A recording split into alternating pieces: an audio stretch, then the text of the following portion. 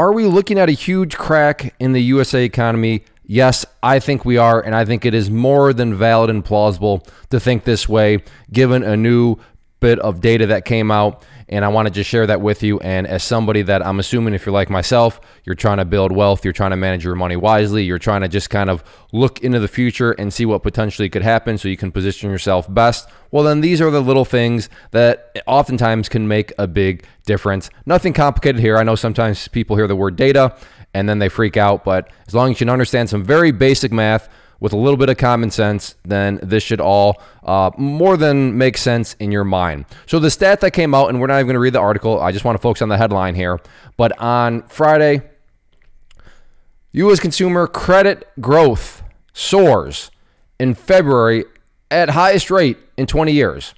Now, consumer credit, that just means debt. I mean, they put a nice little twist on it, but consumer credit is just debt. And what did they say the debt did? Growth. It grew. But not only did it grow, it soared. Highest in 20 years. But check this out. This is bonkers. Total borrowing increases $41.8 billion in February.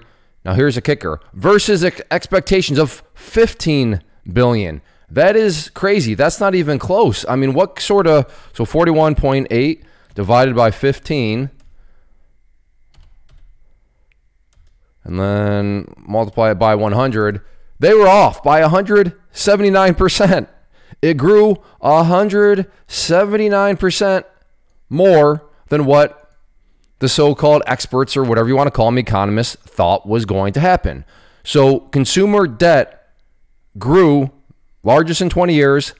The forecasters missed it by 179%. But what does this actually mean? Well, let's think about it. There's two reasonings for this. One reasoning, okay, I can see it, makes some sense, I can understand.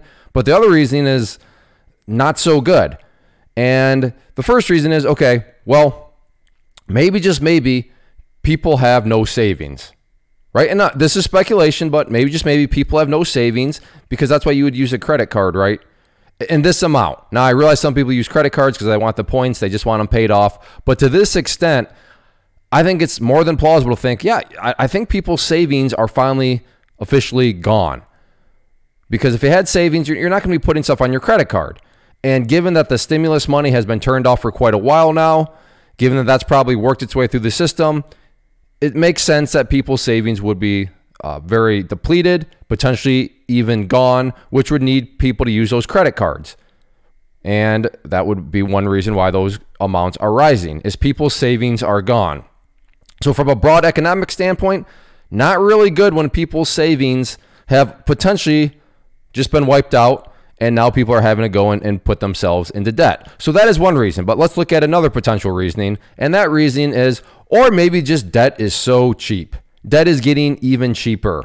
So why not put some on your credit card? Because you know that the Federal Reserve is lowering rates. You know that just, debt in general is decreasing, and it's just, quote unquote, cheap money out there. Now that's a reason where I'm like, I can say, okay, yeah, that actually makes sense too. Yeah, these people are playing a risky game because to take on debt, yeah, I know the debt's getting cheaper, but it is still debt. But at least the debt is cheap. It's getting cheaper. So I can see a little bit more of a, okay, understanding of that situation. However, that is definitely not the situation. Now, maybe you know where I'm headed with this because it's not new news at this point. It's happened basically a month ago. But just in case you're not aware, the Federal Reserve approves first interest rate hike in more than 3 years. And this article you can see was back here in, there we go, March of last month. So in other words, let's look at a little graph. So under a logical kind of mathematical premise, you would want to see this on this graph. You would want some sort of action like this, meaning as the debt gets more expensive. So right here, this is basically the cost of debt being very, very, very cheap. Well, then yeah, you could see more debt actually being out there. But then debt right here, the cost of debt gets really expensive, and then that would mean that, okay, well, people are just taking on less debt because, well, it's more expensive. But the exact opposite has happened. Think about this. Right before debt is starting to get more expensive via that Federal Reserve rate hike, not rate cut, rate hike, we have this now going on where the price, where we have this correlation, meaning cost of debt is going up. And then as you just saw, the debt is also going up at record highs, most seen in 20 years. So do you see the problem here? Is as cost of debt is going up, so is debt itself. To me, that seems like a potential crack that is going to potentially start to cause quite a few problems, especially if the reason for the increase in debt, which I think is plausible, because why would people be increasing debt when debt's getting more expensive? Well, probably because they have to, which would imply that their savings are gone or their savings are hanging on by a thread. So let me know your thoughts on this. Do you see this as big as a red flag as I do? Because I see it as a pretty big red flag when you consider these correlations and you figure that the ultimate conclusion to, well, why would somebody be taking on more debt when this debt is getting more expensive? Oh, well, probably because I have to. Why would you have to? Well, probably because you don't have any savings or you have very little savings at all. That's just not a good combination. But like I said, these are just my thoughts. Please, by all means, leave your thoughts in the comment section below. Maybe I'm missing something. Maybe I'm not considering something. And, iron sharpens iron. So if you have any sort of, suggestions or critiques of my thought process here, then I'm all for it. But leave those down in the comment section below. But in my mind, this is all a very big threat, a very big potential huge crack in the USA economy.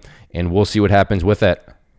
First off, thanks so much for watching the entire video. Real quick, before you go, I want to invite you to a live webinar, web class, training, workshop, online event, whatever you want to call it, but it will be me live revealing to you what I've discovered that has allowed me to transform myself from being an employee to being my own boss, including how I had only one losing day out of 73 days in total. I'm going to cover 3 keys that have helped me unlock profitable consistency within the markets.